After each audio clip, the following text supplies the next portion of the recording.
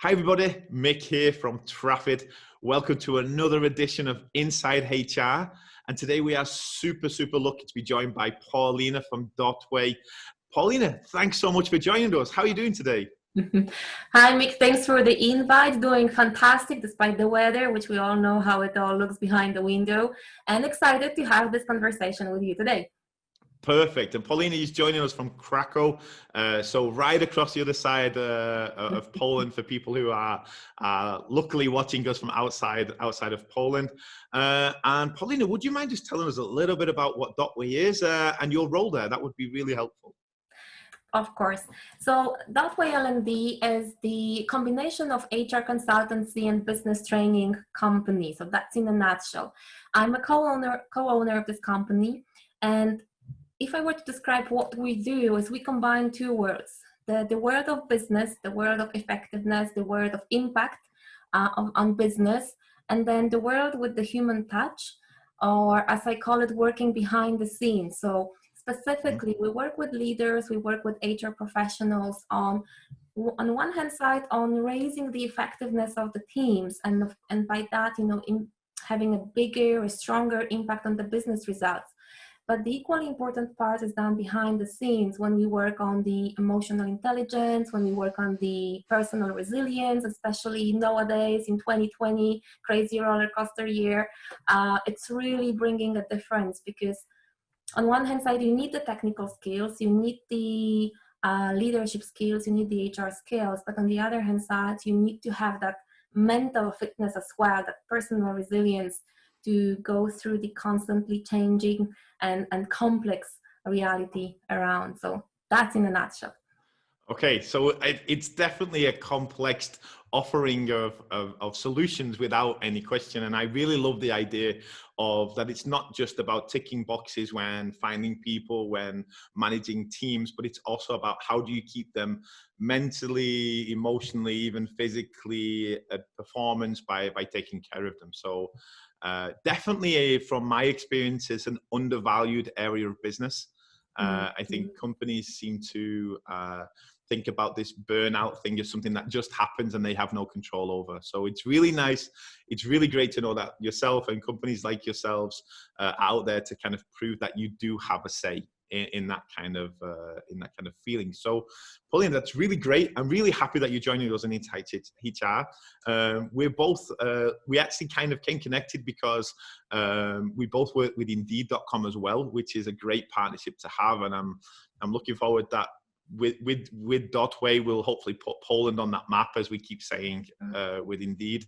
And it leads me into my first question, which is, we may have answered that just a little bit just now, but when you explain to people what DotWay is and the services that you provide, do you find there is any kind of misunderstanding? So are you getting people calling you asking like, okay, are you a headhunter or are you a business coach? What is the perception of what you do on the market right now? That's an excellent question to ask because, for example, if we think about the HR consultancy perspective, what my family, what my friends think is you've got an easy job with little work and tons of money. In general, the perception is that when you're coming in as the HR consultant, you get you're the outsider hired to get the dirty job done and move on, basically.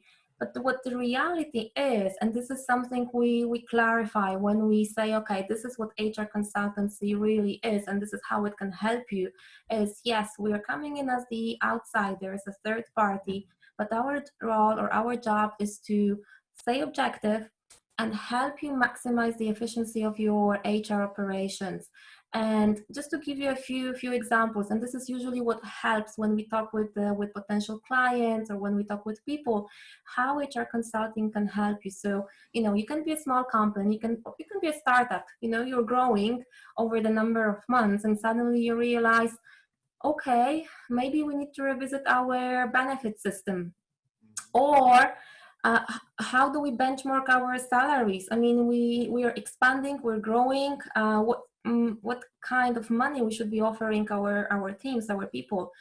Or you may be thinking, wow, we're growing, we need to grow from 50 to 200 people within 12 months. How do we go about it? So this is when HR consultant usually comes in or may come in on the project type of business.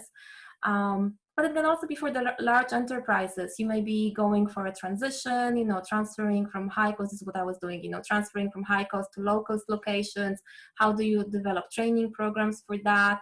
Sometimes you may be looking at refreshing your development programs for the leadership, for the employees. And HR consultant is an outsider, yes, but it's also a person bringing tons of expertise that sometimes people inside the company, they wouldn't have the chance to develop or experience, they wouldn't have a chance to gather. So it's kind of, to answer your question, there are misconceptions. On one hand side, on HR consultancy, also, for example, on the business training, thankfully it's no longer the case, but it used to be boring, 8 hours, stiff, sitting in the room training, and you need to clarify, give examples that those are the challenges I can help you solve, and this is how we could go about it. So I would say misconceptions, yes, they are there, and giving examples really helps you to show people what you can do, to show the companies how you can help them and their employees as well. Okay, I can imagine, as we talked about before we started the cameras, it's still fresh in my mind how it was before I better understood the space, let's say. Now, so I guess I've got 2 questions coming up, and one of them is, do you think that every company can benefit from some outside consultancy, or there is a certain type of company that, and a certain age and situation that a company really benefits? From your experience, can everybody get a little bit better, or it's like it's not for everybody at the right time? I would go with the latter, what you said. It's not for everybody at the right time. So the question is, what is the right time? And it's something that you normally would consider, like, what would be the checkpoints when you would start considering HR consultancy? When the teams or the company as a whole is underperforming and you can't figure out what is it, or you may be scaling up, or you may need to scale up, and you're struggling with, okay, but how do we do this? Like, we need people. How do we hire them? How do we train them? How do we onboard them, etc.? So when you're upscaling, this is something you may consider. This may be a situation like, I really have examples of companies, big enterprise companies with excellent HR teams. I mean, really excellent, fantastic HR teams.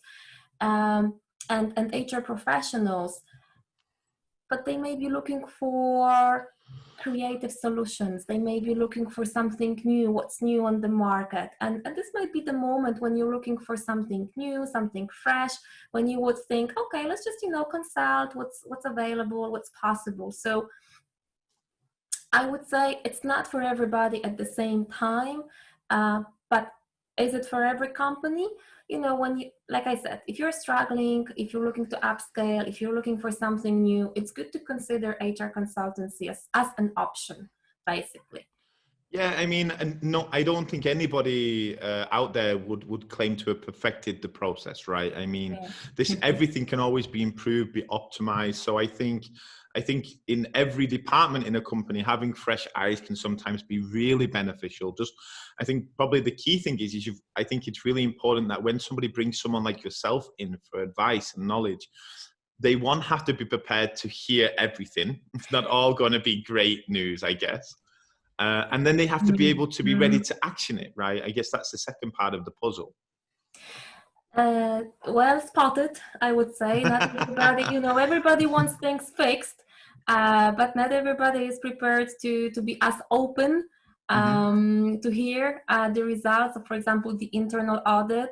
And not everybody is motivated enough to put the action plan in place as well. So I would say, from my experience, from my perspective, the first point that you raised, which is the openness to hear things Well, sometimes you just need more time to digest on it. But Mm-hmm. if you're coming in as the HR consultant, your job is to, put the cards on the table. This is what we are dealing with. You need to remain objective. You need to remain outside of the internal, policies, diplomatic challenges. Let's put it this way. Your Mm-hmm. job is to name things as they are. But the bigger challenge, I would say, comes with putting the solutions in place, the implementation, especially if it's a longer project, or especially if it's, I wouldn't say it's drastic, but if it's coming with a big change of how the company used to operate before, because then there's another aspect of change management, the whole communication, employee engagement, resistance, etc. That's normal. I mean, normal reactions that might sabotage the effectiveness of your consulting project, for example.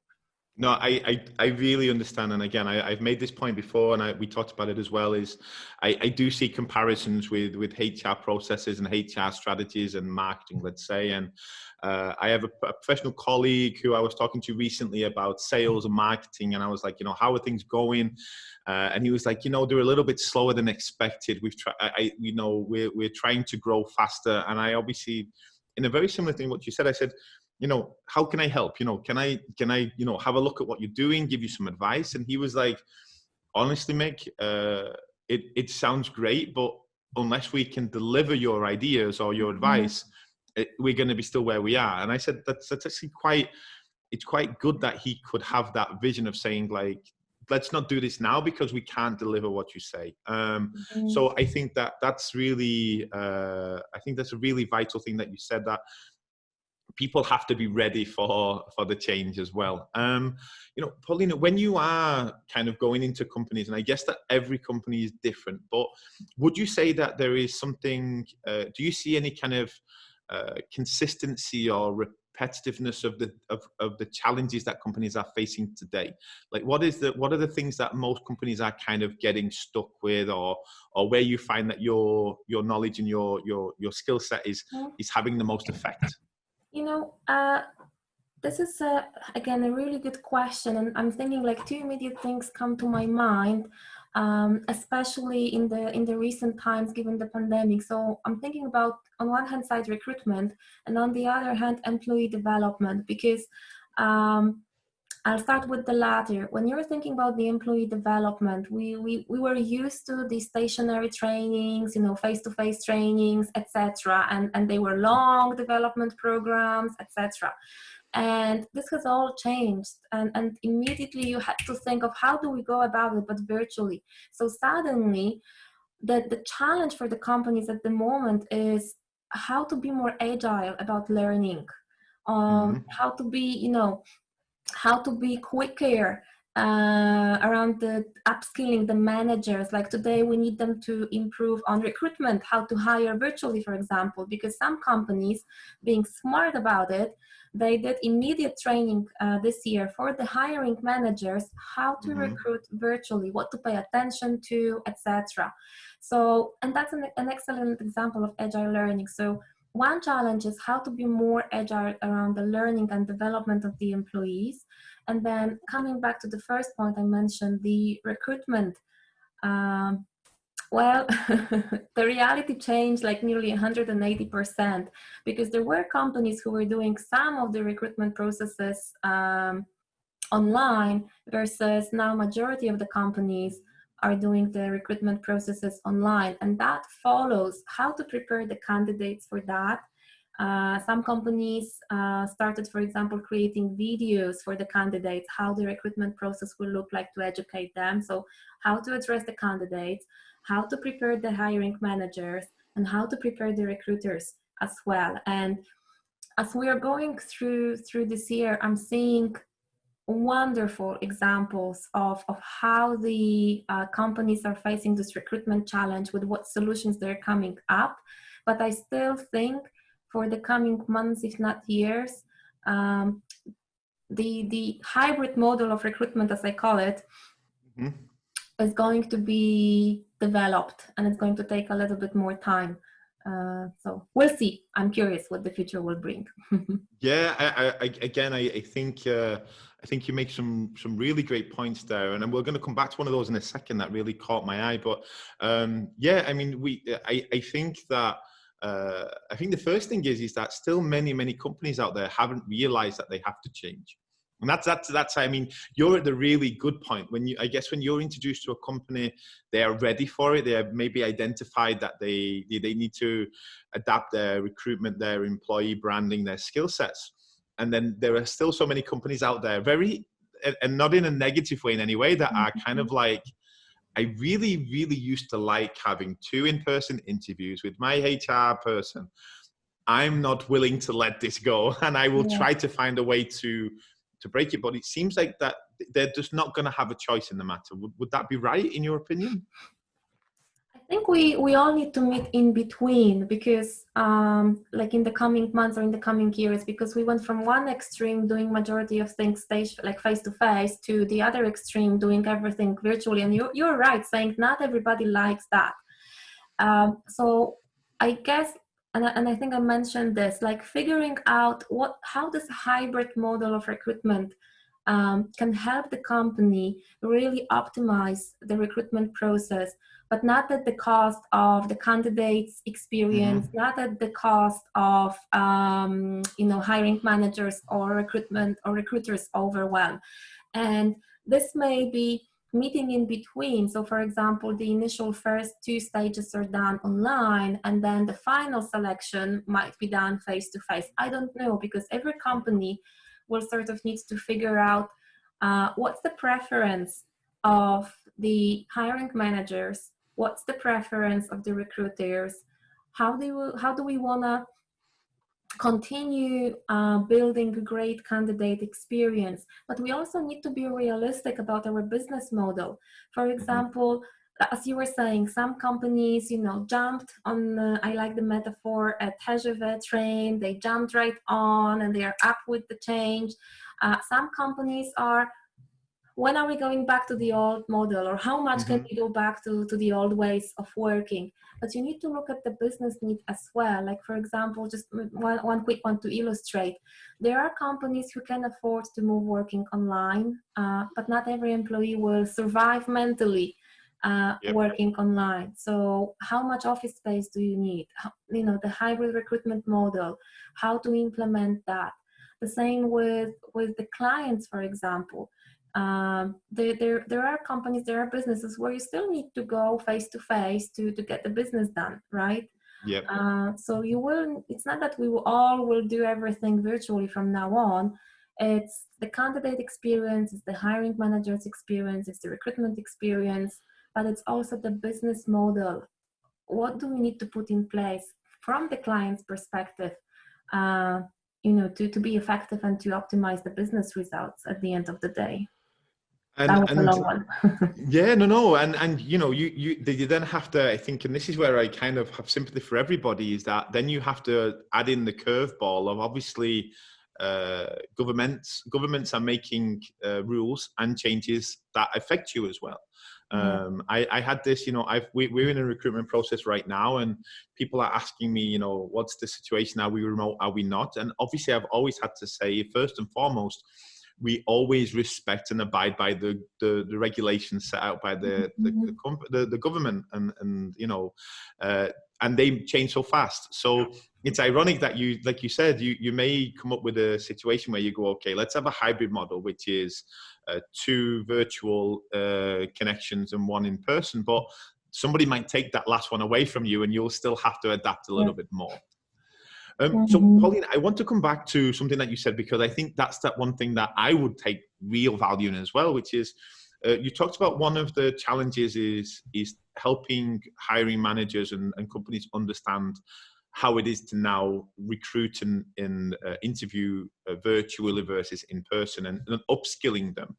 Is there any advice you would give to someone watching the video today that is struggling with that transition and hasn't hired someone like yourself yet? Like, what is maybe 1 or 2 things that people could think about when now recruiting virtually? I would say two things.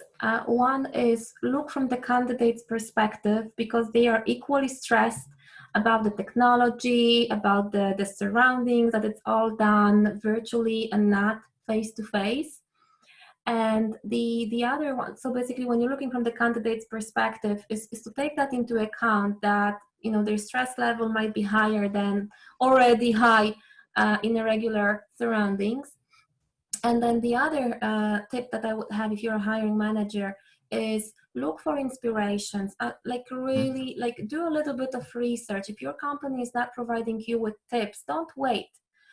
Do a little bit of research. What are the tips for hiring managers? What's the latest practice around the online recruitment? Because really a lot of companies, there are tons of articles around and tips.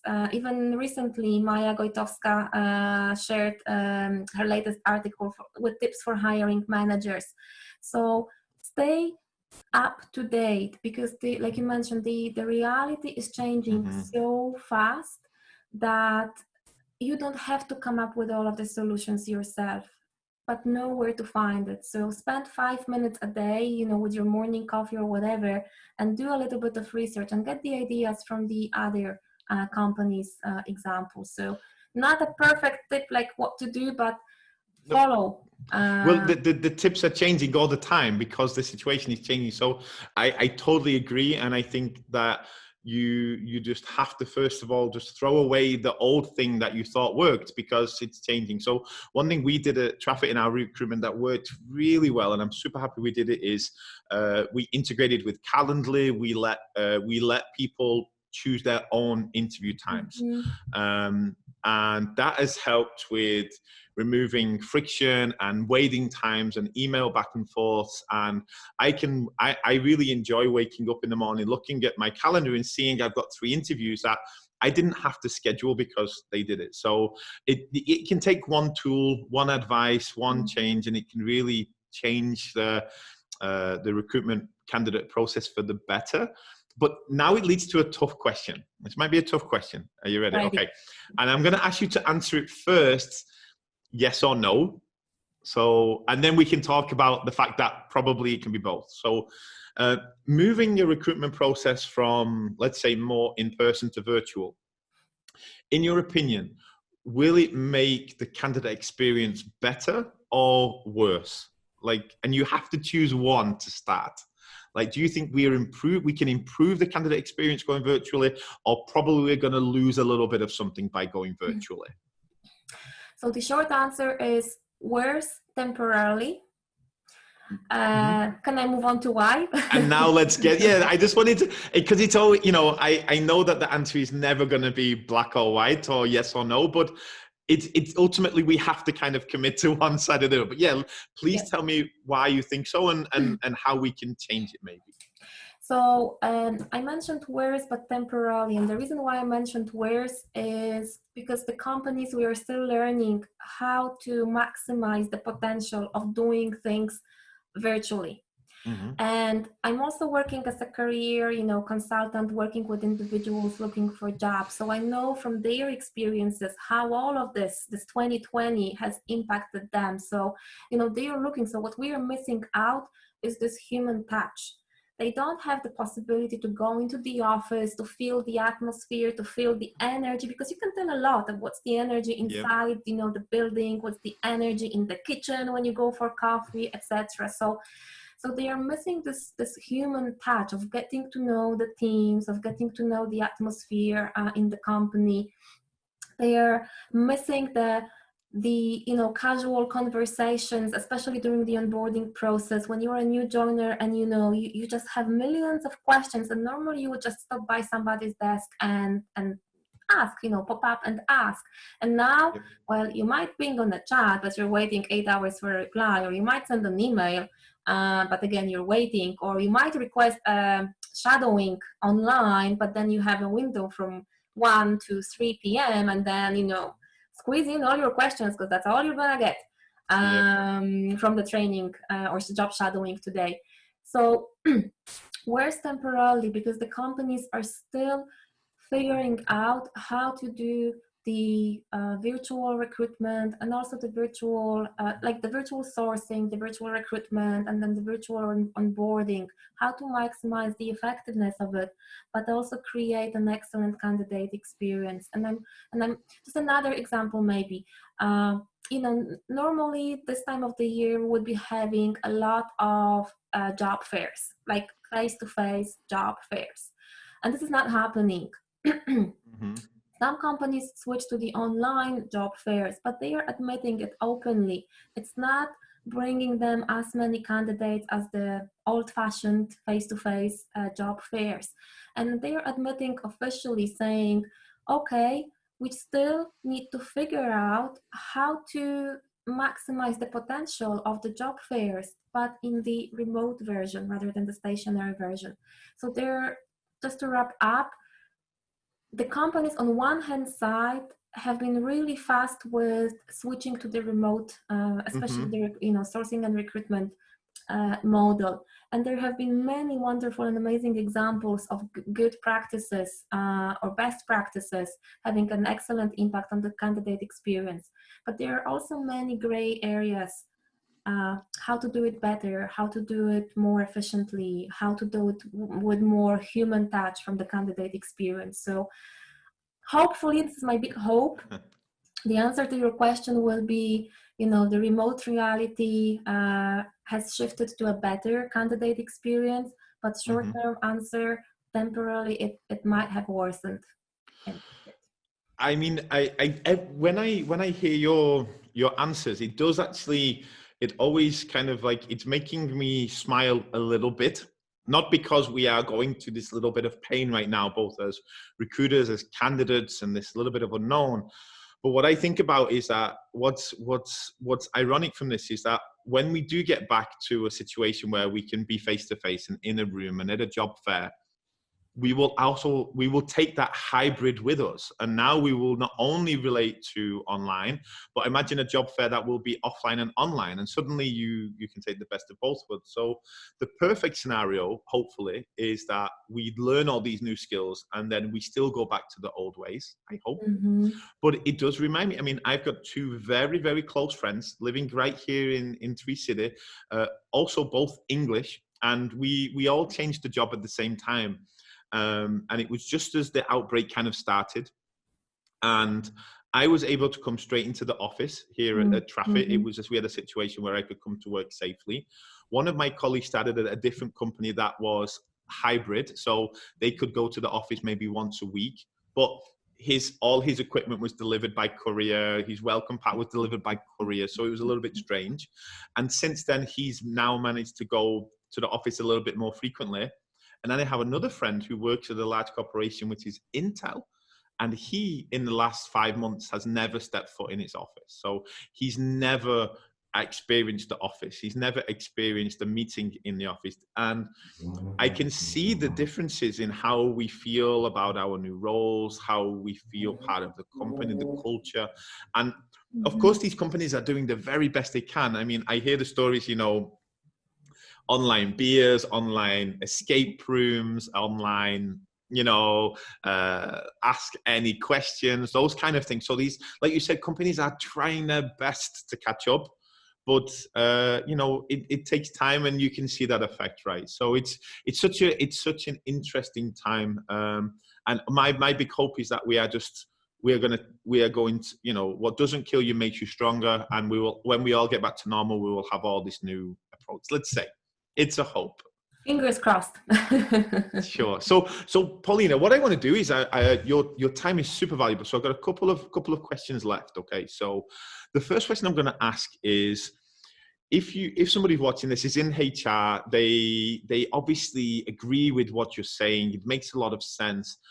Who is a really good example of adapting right now? Are there any companies out there that you think adapted well, have some really good best practices that a smaller company can go and look at and emulate? Okay. I think I've got plenty of examples, so I'm trying to think which ones to share. So maybe I'll just share, from the big players and smaller players and different industries. industries. I'm thinking from the recruitment perspective, like we were talking with the MediaMarkt Saturn company, so a retail chain company. And the interesting thing they've been doing is to adjust their message to the targeted candidate. So what I mean here is, okay, if we are selling, laptops, phones, and usually the clients are younger people, then we need to hire, let's say, younger shop assistants or customer service professionals so that they would understand each other. And then, their message was targeted with the communication was targeted with the messages, to attract the attention of younger candidates. But also, they have the refrigerators, the home, let's say, kitchen equipment. And this is usually, done by people more senior, more mature, etc. And they noticed that more senior shop assistants sell a lot better. So then they created a special campaign to attract and address the candidates from or with more senior or in more senior age, let's say. So that was very smart. Like, look for who do we need, and then split the type of communication based on who do we need. So that was one idea. Another one was, for example, with the PZU in Polish, I don't know how to say that in English, PZU, the insurance company, our biggest national insurance company in Poland. So they've done really good, or really smart things as well. One is they didn't stop their internship programs, because many companies decided to stop internship programs because of the remote onboarding challenges, right? PZU did not stop their internship programs, but what they adjusted is they shifted the communication channels. So from face-to-face, let's say job boards, they were present a lot more in social media like Instagram and Facebook, where young people are present. So they, they had the budgets, but they basically allocated their budgets more towards the social media presence. I'm thinking of, for example, a quick example, but Global Logic, that's a big IT company. And what they did is they created an action, #CV Consulting. So the recruiters from that company were giving free advice for potential candidates, how to, upgrade the resume to, for it to be more attractive. And that was like really well received in a very competitive already IT environment. And I'm thinking maybe one more example. It's, do we have time? Please do, yes. Some companies like Jeronimo Martins and specifically Biedronka, the Biedronka brand, and for example, Amrest with their Starbucks and KFC brands, they've done a lot of CSR actions, and even though they were not targeted at candidates, the internal employees got so engaged in supporting those CSR actions, or the internal employees actually launched some of the CSR actions, that as a byproduct, it really created a very good brand awareness, or increased the brand awareness among the candidates, because who can be a better advocate of your company if not the existing employees. So and maybe one last, which is the communication, like the message has shifted from we offer this benefit, that benefit, to the safety and stability. And for example, in Post, what they did is they highlighted, they've got thousands of drivers. They are the frontline workers. So what they offered was extra insurance for the frontline workers, just to, show them how we care about your safety. Like, we know you need to be out there, but this is what we do to keep you safe. And here's an extra insurance, for example, for you as well. So like I said at the very beginning, this year has been a roller coaster, but it has created many opportunities for companies to be more creative about their recruitment processes, and also to showcase more how they tackle the challenges of COVID in the recruitment process. You know, it's really, I mean, they're really great examples. And you know what, kind of, it springs to my mind that, you know, being in marketing, we've had this terminology, which was real-time marketing now for some years. Yeah. So something happens somewhere in the world and you try to react and you try to make a campaign that is very relevant.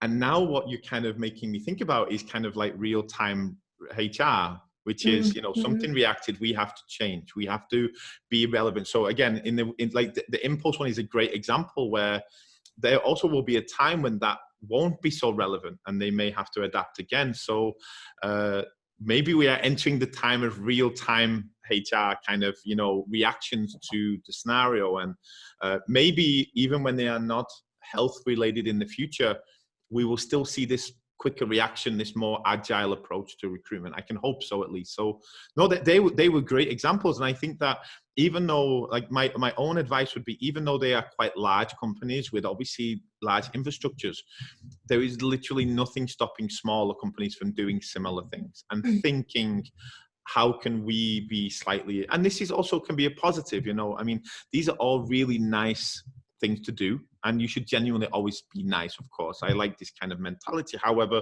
this also gives you an edge over the other job, the job advertisements out there, right? You can use this as an advantage to say, well, you know, we want to also stand out and be different. So you can also use it as a positive. So I really hope the small businesses out there as well will also take that to light, because I think they're great examples. You know, I'm thinking, like, in terms of the tips, what you said for even the small businesses, I love this term, the real-time HR, because what definitely can help, whether it's a small company, medium or a large enterprise, is to keep the candidates informed. And now throughout the COVID times, keep them informed how the company is tackling, how the company is facing, how the company is dealing with the COVID challenges, because this is what the candidates are asking, like literally. The candidates are asking, how is the company tackling the COVID challenges? So, you know, you can be proactive, whether this is social media or pay a lot of attention to your company page. Keep them informed as much as you can. Real-time HR, as much information as you can share it. Perfect. So Paulina, as we are going to wrap up, and in a second I'm going to ask people definitely how they can find out more about yourself and DotWay and so on. As I always try to end everyone, it is, you know, even, you know, we can relate to COVID, we can relate to the current situation, but I'm also sure that there are some advices and tips that are not only COVID related as well. But, you know, if you think there is like 2 or 3 things that you advise people to start thinking about tomorrow, like, you know, actionable tips that they can really do, what would be the kind of 3 or 2 things that people can start doing tomorrow within their human resources as a whole? You know, definitely two things. I'm looking again from the business perspective and the human touch perspective. So the business perspective, look for ways to digitalize your processes, your HR, your recruitment processes. For example, you know, you guys at TRAFFIT or the HR Tech, you offer the ATS solutions, because, you know, it's going to be a very rapidly changing environment, and you either catch up with that change or you're ahead with the solution. So look for ways to digitalize, whether this is using the ATS applicant tracking system in the recruitment, whether this is using a mobile application for your employee communication, for your onboarding programs. Look for ways to digitalize, because it's coming. It's definitely coming. And the second tip, this is for the recruiters, for the HR professionals behind the scenes. You know, work out on your personal resilience, work out on your mental fitness muscle, because you're gonna need that as well. And a very simple thing, 2 quick things you can do. 1, celebrate your successes more, because they go unnoticed. Celebrate your successes more. And at the end of the day, ask yourself, what did I do for myself today? Look after yourself, because you're gonna need that energy to face the challenges. We need to definitely come back and we can do a whole new talk about that, because I feel like we didn't touch the surface. But I talked about this recently with Laura in an interview, which is, you know, I believe that HR people, they own the failures, they don't own the successes, and they should, you know, really be, and other people outside the company, they need to make sure that HR feels celebrated. So I totally agree. But the emotional fitness and the mental fitness. I think this is something that I would love to learn more about as well. So we are definitely going to come back and talk about that in the near future, if you will be so kind. And so, Paulina, let's wrap up with, people found some really good tips today. I have no doubt at all. Where is the best place for people to come and learn more from you, about your brand? Where do you prefer to kind of share your knowledge, and where do people connect with you? Mm-hmm. So I would say two sources. One is definitely my LinkedIn profile. Maybe we can put that in the comment, Paulina Maslich. Sure. And you can find some inspirational posts there as well. And of course, our website, www.dotway.com, where there are many blog articles around personal effectiveness, inner leadership, career tips, etc. So I would say LinkedIn and our website. And thanks for asking. Well, everybody, please, I highly recommend that you do go and get some more of this great advice. Connect with Paulina. And if there's anything that we talked about today that you don't really know how to apply to your business because it feels abstract, I think that you can definitely connect with Paulina and explain your situation. And we can definitely try to help you with finding some of those solutions. But Paulina, that was great. I really appreciate your time. We are definitely going to have to do a follow-up because I've got so many more questions that I want to ask. So in the meantime, really, thanks again. Best of luck working with your clients and your candidates. And yeah, we're going to speak really soon. So thanks so much, Paulina. It was a really valuable session. Thanks a lot, Mick. It was a pleasure to chat, and definitely looking forward to some more chats in the future. Great.